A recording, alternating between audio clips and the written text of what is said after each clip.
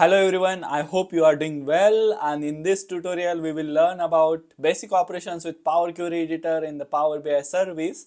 Although it has few limitations, but still we will try to work on options like unpivot, and I will also explain about pivot and transpose so that you can try it in the Power BI desktop. So let's move to the video now. Here is our dataset which we have loaded in the last part of this video, and which we also used for the finance dashboard. So we will just look at it and what are the things it has. It has few null values down there, and yeah, so we will move with operations now. Now we will start by removing the rows from the dataset. So to remove the rows, we have to go here and click on the removing rows option. There are multiple options. You can either remove from top, bottom, or alternative rows. I will click on the bottom rows option and enter the number. I will enter the 3, and it will automatically remove the 3 rows from the bottom side of this data set. And you can also remove these steps or these actions by clicking on the cross option here, which I already explained in the last video.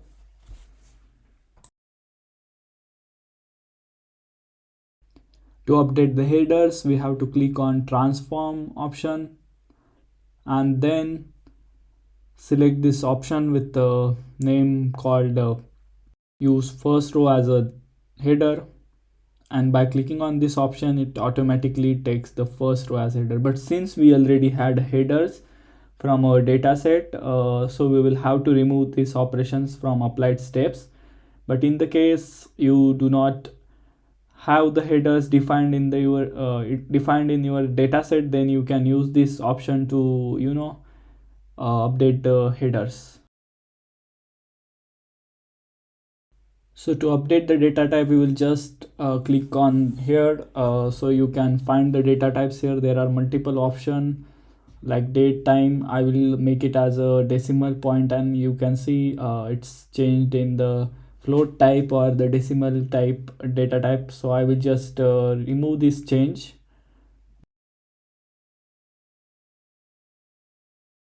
As you can see, the last column has few null values. If you right click on it and click on remove column, it automatically removes. But here is also one more option to remove column.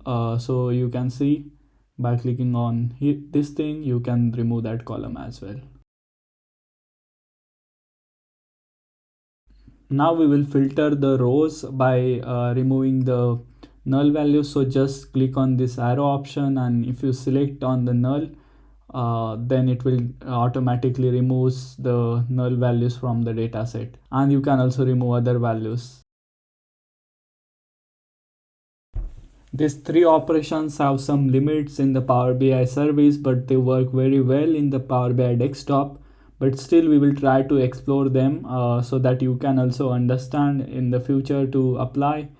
So basically transpose is mostly used to flip the rows and columns by 90-degree. You can just see in the image there is a row, like there is a table with rows and columns, so it just flipped later by applying the transpose function, and there is a pivot which converts the row values into the new columns. For example, you can see here there is the data of employees, which is basically a sales data.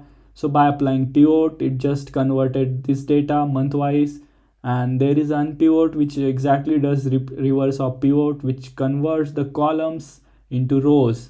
So we have had this data which was showing the monthly sales for each employee. I just applied unpivot here, and now it just shows the original data which we had used in the beginning. As I already explained, if you try to search these options in the search bar, you will not find the transpose and pivot, but you will find unpivot option. So we will just try to use it, and let's see how it works.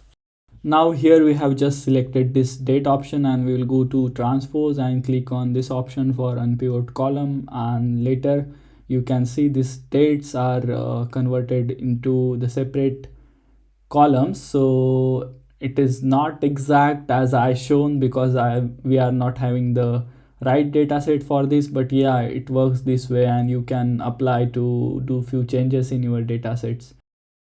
For other options, you can use the Power BI desktop. I hope you have enjoyed this tutorial.